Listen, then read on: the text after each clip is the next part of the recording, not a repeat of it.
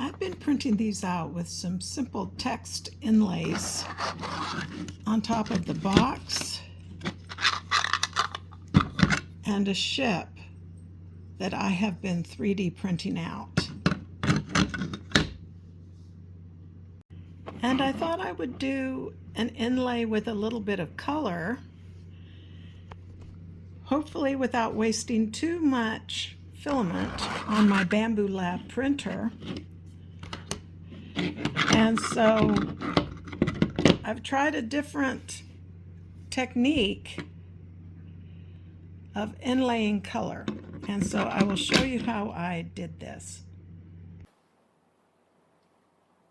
All right, in Tinkercad, I'm going to want to put this text on the bottom of the ship and this text on the bottom of this top for a sliding lid that's going to go onto a box.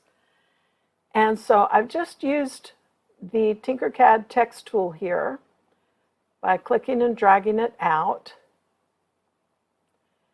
And I'm using Sans or Sans Mono for my text. And then I want to make the text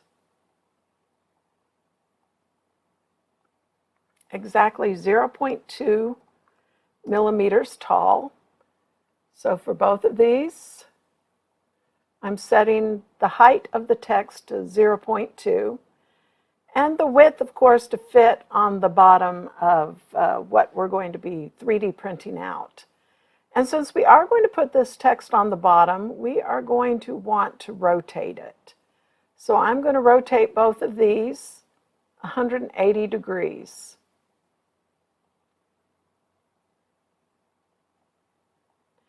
And then I'm going to make sure that it's flat on the surface. And the same with the ship and the lid top. And to make sure that it's flat on the surface, I select the object and I press D on my keyboard, and that will make sure everything is flat. Now I'm going to rotate so that we're looking at the bottom. And so this way, I can position the text about where I want it. And for this, I'm going to select them both, and I'm going to make sure that it's centered this way. And then the same over here. I'll position it, and I'm going to align it, and I'll center it this way, and I will also center it this way.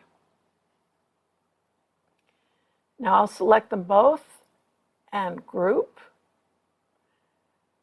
And so what that's going to do is that's going to put a 0.2 millimeter inlay in the shape of the text on the bottom of these objects. And then I will also do the same with this one.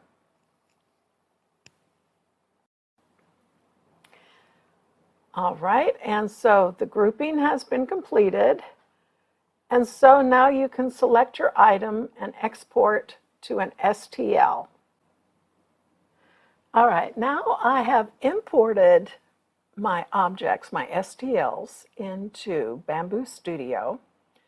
And if you look on the bottom here, you can barely make out that inlaid text that's on here. So now what we're going to do is we are going to color those inlays. So we're going to select one of our objects that we're going to want to color. So I'm going to select the ship. We're going to come up here to color painting. We're going to select fill. And so now all we have to do is click the areas that we're going to want to color. And so as soon as you find it, you click in the middle of that inlay area.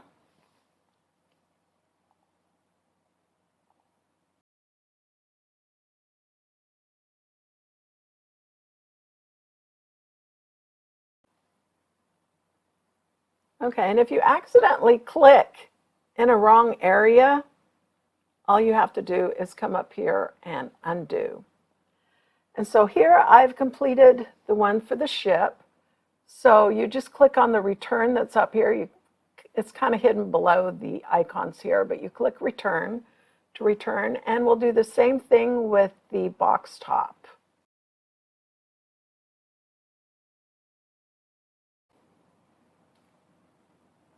And here I've accidentally clicked in the wrong area, so I'm going to click undo and just continue.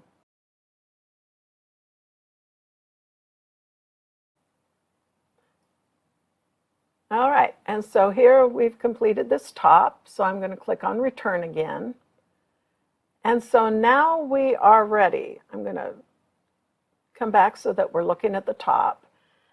Now I will also mention that you have to use an AMS for this. You can't do manual changes because you're going to be changing multiple colors in the same layer. Okay, and so we're going to use 0.12 millimeter fine setting for this. And I'm using some Bambu PLA Tough for the gray color and just some generic white PLA for the white color. And as I said, for the quality, we're using a layer height of 0.12 millimeters. Everything else, we're just going to use the default settings. For strength, I'm going to use 2 wall loops, 15% infill. I'm going to change from grid to gyroid. And everything else is going to be defaults. Now for the ship, there are some overhanging areas. So I'm going to select the ship and we're going to manually paint some supports. So I'm going to use fill for the settings, and the areas that I'm going to paint are the bottoms of the lifeboats here,